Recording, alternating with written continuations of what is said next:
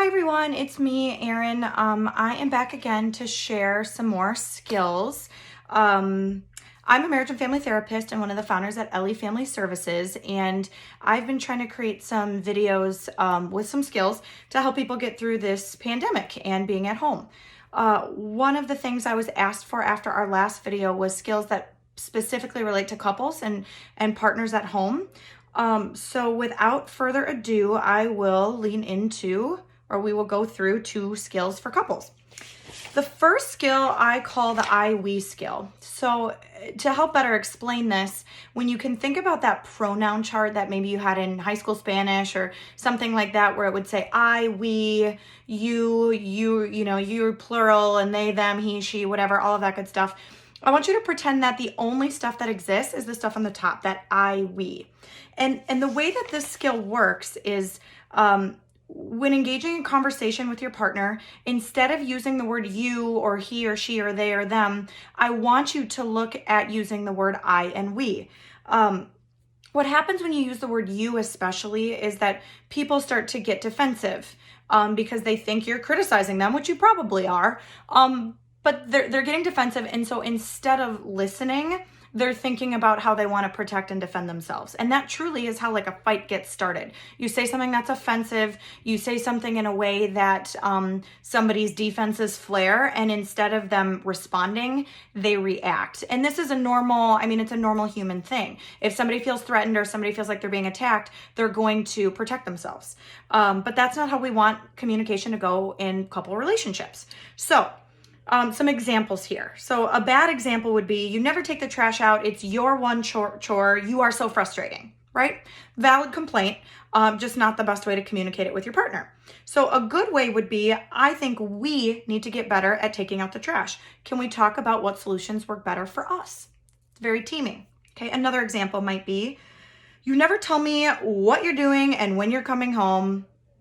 Well, okay, so we're all home right now, but when we go back to work, let's start over. You never tell me what you're doing and when you're coming home from work, and it's ridiculous and not working for us in our life. That would be bad. You, blame. The person has no choice but to react, okay? A good option would be, we need to talk about our plan during the day. I get anxious when I don't know who's responsible for what when it comes to chores and stuff in the evening.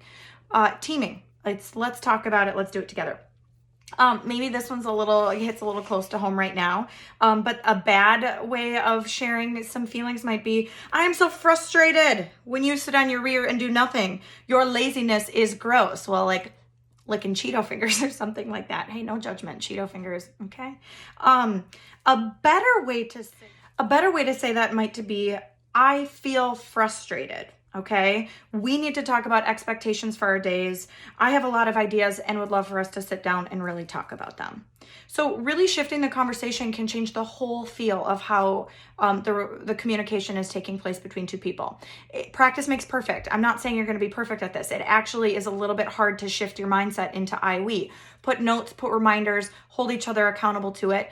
Do it often. And if you have other people in your home, try and do it in front of other people, because another added benefit when, for example, like when kids can see parents communicating in this way, you're modeling to them how they might communicate. When I remember to do this in my house, often I'll sometimes hear my kids start teaming with each other and saying, we should do this differently versus you are terrible at this, right? So it can maybe create some sanity in the kid relationships too. Okay, next one, super important, and really a common skill that people do all the time. If you're like me, you already have Post-it notes all around your computer. They're not love notes or positives, but they are reminders, which is really the point of the skill. The sticky note skill is really about making sure that we're highlighting our partner's positives. What that really means is finding a sticky note, finding a piece of paper and putting tape on it, and writing something down that you are grateful for or that you find as a positive in your partner. Research is showing us that for every one negative interaction, so every one fight, every one diss to your spouse, every one, negative interaction, you actually need 4 positive ones to counteract it. That's a lot. So this is one really good way. And it can be small. It doesn't have to be something that's really big. A good example could be if you think your partner makes really good fajitas, write on a sticky note and put it somewhere in the kitchen. I really love it when you make fajitas, or I really love your fajitas, right? It can be really, it can be how it makes you feel, what it is they do, an accomplishment. If you want to be a little bit more private about it or be a little bit more romantic about it, you could put sticky notes in your bathroom, in your nightstand drawers that might say something like, I don't know, your butt looks cute in those jeans, right? Who doesn't love to hear that? It can also be when when you're having a really tough day. I always say, I think you can find one positive about your partner that you can put on a sticky note. Maybe it's you tried really hard and I'm proud of you. Maybe it's just a funny thought you had in your head and I love it when you make me laugh. It might feel small, but if you can find one positive and put it on a sticky note or put it on a piece of paper for every day of the year, that's 365 kudos that you're giving your partner to help build them up. What's really fun, again, I can't help but add the family skill, is you could maybe get different sticky notes for each different family members and start filling your walls, your cupboards, your everything with sticky notes for the whole family. So each family member could have a different color. You can make these sticky note walls and inspiration walls look really, really awesome.